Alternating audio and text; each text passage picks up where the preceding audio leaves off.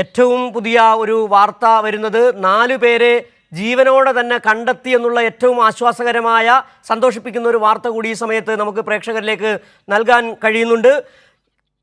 പടവെട്ടിക്കുന്ന് എന്ന് പറയുന്ന വയനാട്ടിലെ തന്നെ പടവെട്ടിക്കുന്ന് എന്ന് പറയുന്ന സ്ഥലത്ത് 4 പേരെ ജീവനോടെ കണ്ടെത്താൻ കഴിഞ്ഞെന്നുള്ള ഏറ്റവും ആശ്വാസകരമായ ഒരു വാർത്ത കൂടി പുറത്തു വരുന്നുണ്ട്.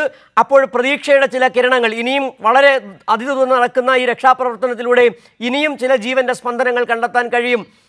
2 സ്ത്രീകളും 2 പുരുഷന്മാരും അടങ്ങുന്ന ജീവനോടെ 4 പേരെ കണ്ടെത്തി എന്ന് പറയുന്ന ആശ്വാസകരമായ വാർത്തയാണ് കുട്ടൻ ഇപ്പോൾ അവിടെ നിന്ന് വരുന്നത്. വളരെ കൃത്യമാണ്. ഈ രക്ഷാപ്രവർത്തനം അതിൻ്റെ ഫലപ്രാപ്തിയിലേക്ക് പോകുമ്പോൾ വളരെ കാര്യക്ഷമമായ പ്രവർത്തനമാണ് നടക്കുന്നത്. ഒരു ജീവൻ്റെ ഒരു ചെറിയ സ്പന്ദനമെങ്കിലും എവിടെയെങ്കിലും ഉണ്ടെങ്കിൽ കണ്ടെത്താൻ കഴിയുന്ന തരത്തിലേക്ക് രക്ഷാപ്രവർത്തനം പുരോഗമിച്ചുകൊണ്ടിരിക്കുകയാണ്. 4-ാം നാളിൽ ജീവിതത്തിലേക്ക് 4 പേരെ കൈപിടിച്ചുയർത്താൻ ദൗത്യസംഘത്തിന് കഴിഞ്ഞു എന്ന് പറയുന്നത് വലിയ ആശ്വാസകരമായ വാർത്തയാണ്. പടവെട്ടിക്കുന്നിൽ നിന്ന് 4 പേരെ 2 പുരുഷന്മാരെയും 2 സ്ത്രീകളെ രക്ഷിക്കാൻ കഴിഞ്ഞിരിക്കുന്നു എന്ന വാർത്ത കൂടി വരികയാണ്. കുട്ടൻ നിൽക്കുന്ന ഈ സ്ഥലത്ത് നിന്ന് എത്ര ദൂരമുണ്ട് ഈ പടവെട്ടിക്കുന്ന് എന്ന് പറയുന്നത്, ഇപ്പോൾ ഏത് സോണിലാണ് എന്നത് സംബന്ധിച്ച് എന്തെങ്കിലും വിവരങ്ങൾ കുട്ടന് ലഭിക്കുന്നുണ്ടോ? ഏതായാലും അത് സംബന്ധിച്ച് കുട്ടൻ കൂടുതൽ വിവരങ്ങൾ നമുക്ക് ലഭ്യമാകേണ്ടതുണ്ട്. ഹെലികോപ്റ്റർ വഴി സൈന്യമാണ് ഇവരെ രക്ഷിച്ചത് എന്നുള്ള വിവരങ്ങളാണ് ഇപ്പോൾ നമുക്ക് പ്രാഥമികമായി നൽകാൻ കഴിയുന്നത്. 4-ാം നാൾ ആശ്വാസത്തിൻ്റെ ദിനമാണ്. ഒരു 4 പേരുടെ ജീവൻ രക്ഷിക്കാൻ കഴിഞ്ഞതിൻ്റെ ആശ്വാസം ദൗത്യസംഘത്തിനുണ്ട്. കേരളം അതിനായി ഇനിയും ഇത്തരത്തിലുള്ള നല്ല വാർത്തകൾക്കായി കേരളം കാത്തിരിക്കുകയാണ്. ഇപ്പോൾ അനൂപ് ചേരുകയാണ് വയനാട്ടിൽ നിന്ന്. അനൂപ്, വളരെ ആശ്വാസം നൽകുന്ന ഒരു വാർത്ത. 2 സ്ത്രീകളെയും 2 പുരുഷന്മാരെയും ജീവനോടെ രക്ഷിക്കാൻ കഴിഞ്ഞു. ഈ പടവെട്ടിക്കുന്ന് എന്ന് പറയുന്ന സ്ഥലം ഈ ഏത് മേഖലയിലാണ്? ചൂരൽമലയിലാണോ മുണ്ടക്കയിലാണോ? എവിടെയാണ് ഇപ്പോൾ? എങ്ങനെയാണ് കരസേന വരെ കണ്ടെത്തിയത്, രക്ഷിച്ചത്?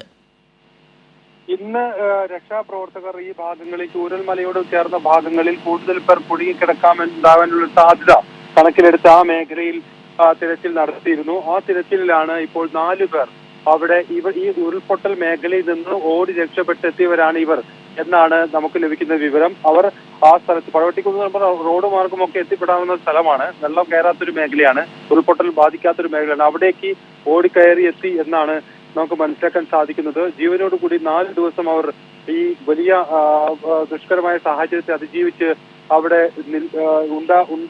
അവിടെ ജീവിച്ചു എന്നാണ് മനസ്സിലാക്കാൻ സാധിക്കുന്നത്. ഏതായാലും ഇന്ന് ആ മേഖലയിൽ പരിശോധന നടത്തണമെന്ന് നാട്ടുകാർ ആവശ്യപ്പെടുന്ന ഒരു സാഹചര്യമല്ല നേരത്തെ ഉണ്ടായിരുന്നു.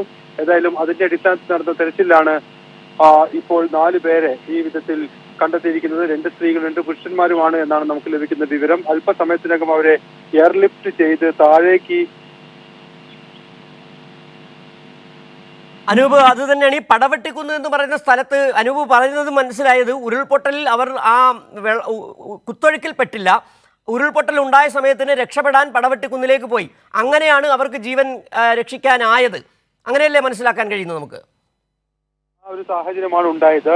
ഏതായാലും നേരത്തെ തന്നെ ഇത്തരത്തിൽ കഴിഞ്ഞ ദിവസം നമുക്കറിയാം അട്ടമലയിൽ നിന്ന് ഇതേ സമാനമായ രീതിയിൽ ആദിവാസി കുടുംബങ്ങളെ ആ വിഭാഗത്തിലുള്ളവരെ ആ മേഖലയിൽ നിന്ന് വനംവകുപ്പ് രക്ഷപ്പെടുത്തിയിരുന്നു. ഇതേ തരത്തിൽ വനംവകുപ്പ് ഉദ്യോഗസ്ഥർക്ക് ഈ സ്ഥലങ്ങൾ വലിയ പരിചയമുള്ളത് കൊണ്ട് ഇന്ന് വനംവകുപ്പ് ഉദ്യോഗസ്ഥരുമായി ഈ വനയോര മേഖലകളോട് ചേർന്ന സ്ഥലങ്ങളിൽ ചില ദൗത്യ സംഘങ്ങൾ തിരച്ചിൽ നടത്തുന്ന ഒരു സാഹചര്യം ഉണ്ടായിരുന്നു. ഏതായാലും ആ തിരച്ചിലാണ് ഇപ്പോൾ ഈ 2 സ്ത്രീകളും 2 പുരുഷന്മാരും ഉൾപ്പെടുന്ന ഇവരെ കണ്ടെത്താനായത്. ഇവർ ഇത് ഓടി രക്ഷപ്പെട്ട് ഇവിടേക്ക് എത്തിയതാണ് എന്നാണ് പറയുന്നത്. ഇതിൽ ഒരു പെൺകുട്ടിക്ക് കാലിന് ഒരു പരിക്കുണ്ട്, അതല്പം ഗൗരവമുള്ളതാണ്.